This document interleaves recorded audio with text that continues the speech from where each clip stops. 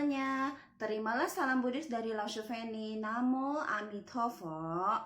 Nah, anak-anak, sebelum kita mulai materi kali ini, marilah kita bersama-sama beranjali dulu dan kemudian membacakan Namo Sakyamuni Buddhaya sebanyak 3 kali.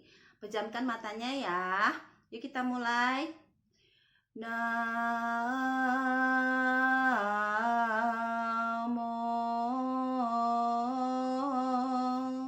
Sakyamuni Buddhaya. Namo Sakyamuni Buddhaya. Namo Sakyamuni Buddhaya.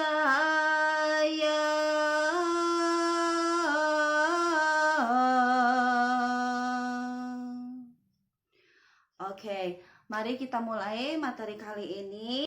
Anak-anak, nanti lihat ya di slide berikut ini. Hai anak-anak, selamat pagi semuanya.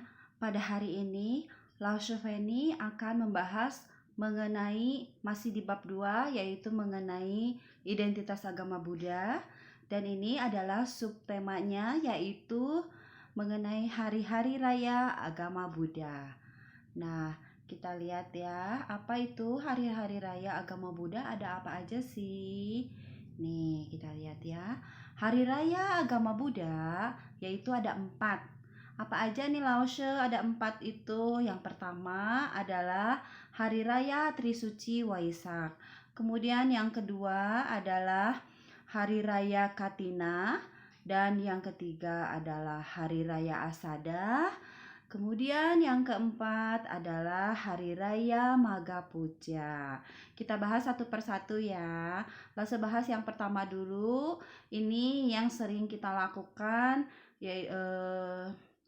biasanya paling terkenal itu di Candi Borobudur ya, atau di wihara-wihara besar biasanya rame banget ya pada acara Hari Raya Trisuci Waisak ini. Biasanya Hari Raya Trisuci Waisak dirayakan pada bulan Mei.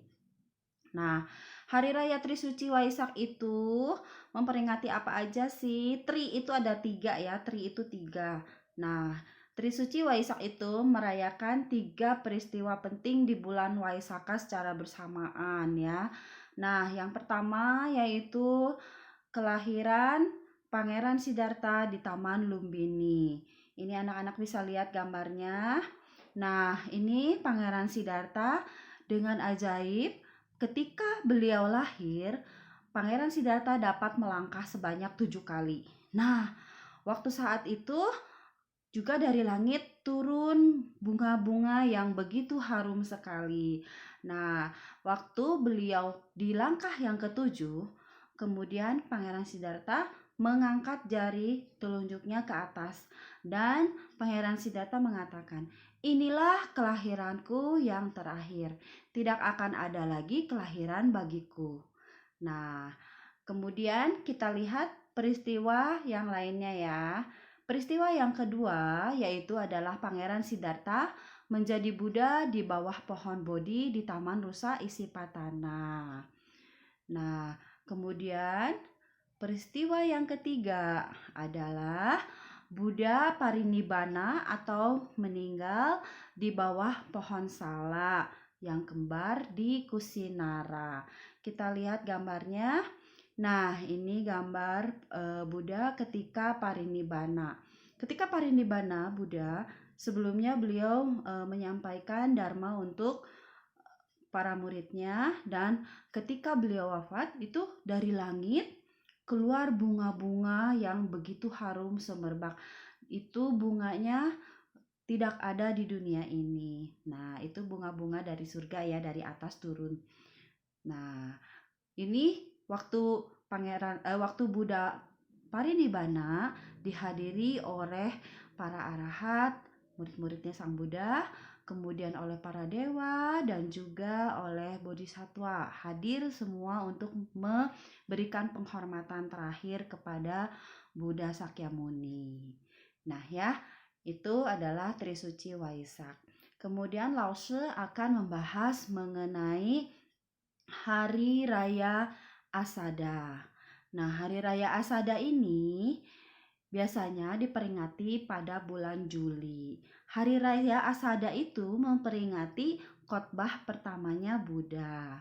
Nah, khotbah pertamanya Buddha ini, Hari Raya Asada itu dikenal sebagai Hari Dharma. Dharma itu masih ingat ya anak-anak ya, Dharma adalah ajaran Buddha ya. Khotbah ini dirayakan di Taman Rusa Isipatana. Nah, khotbah pertama ini diajarkan oleh Buddha kepada 5 orang pertapa ya, kepada muridnya.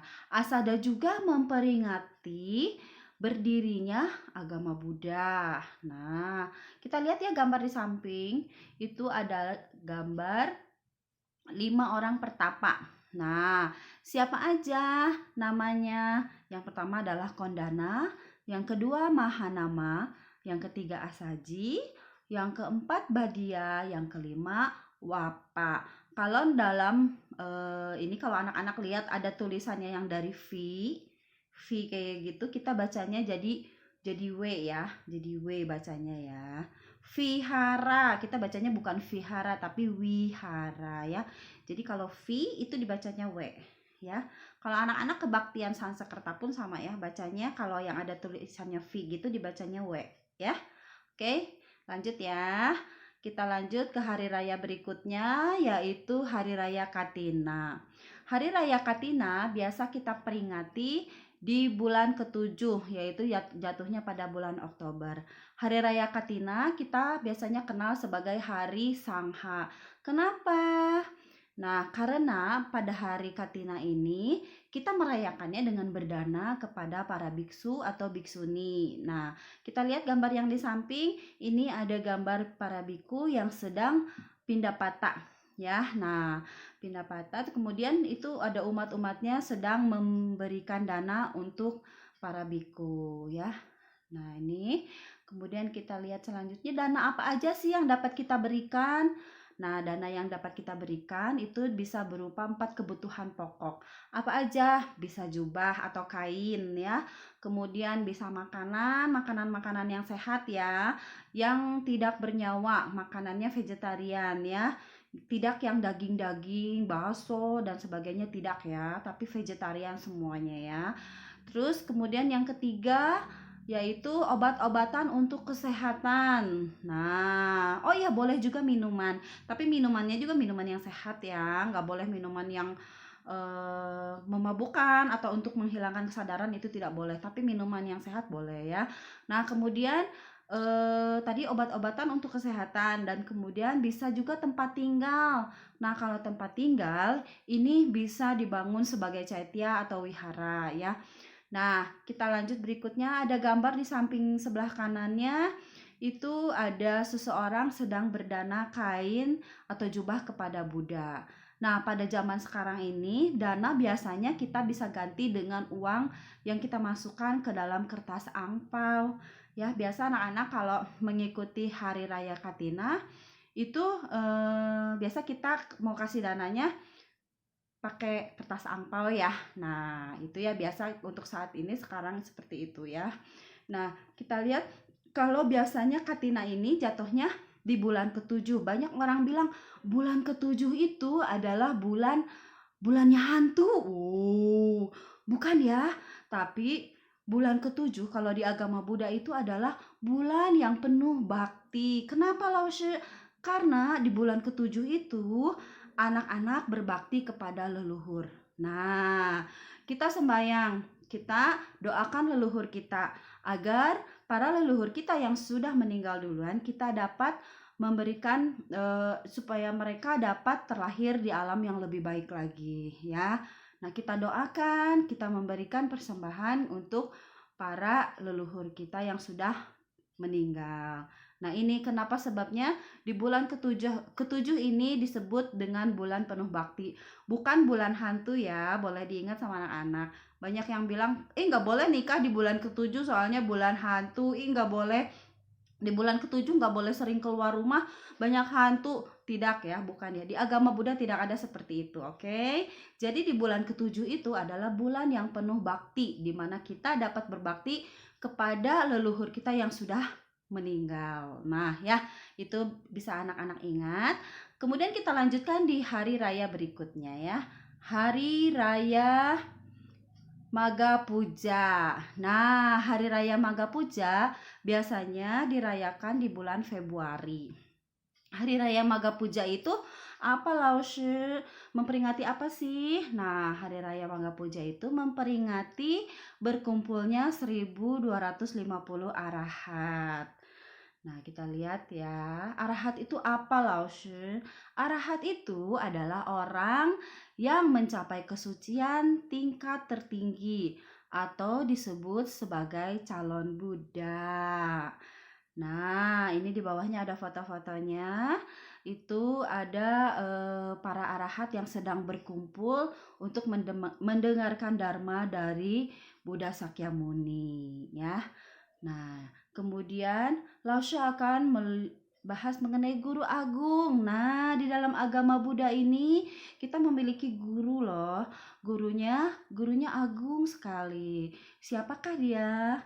Dia adalah Buddha Sakyamuni. Nah, Buddha adalah guru agung para dewa dan manusia. Buddha sangat cinta sama anak-anak, sayang sama anak-anak, sayang sama Laoshi, sayang sama semua makhluk, sayang sama mama sama papa. Nah, anak-anak masih ingat ya kalau kita setiap habis berdoa kita selalu bilang semoga semua makhluk hidup berbahagia atau semua makhluk hidup berbahagia. Nah, supaya kita mendoakan agar semua makhluk itu terbebas dari penderitaan ya. Kita sayang sama semua makhluk ya. Jadi kita juga mendoakan semua makhluk supaya terbebas dari penderitaan, supaya semua makhluk bahagia ya. Oke, cukup sekian materi kali ini. Lalu sesudahi, nanti kita ketemu lagi di materi berikutnya ya. Dah. Nah, anak-anak, sekian materi yang Lause sampaikan pada pagi hari ini. Sekarang kita tutup pembelajaran hari ini dengan membacakan mantra kebahagiaan dan pelimpahan jasa untuk semua makhluk. Semuanya anjali dan pejamkan mata ya. Tadya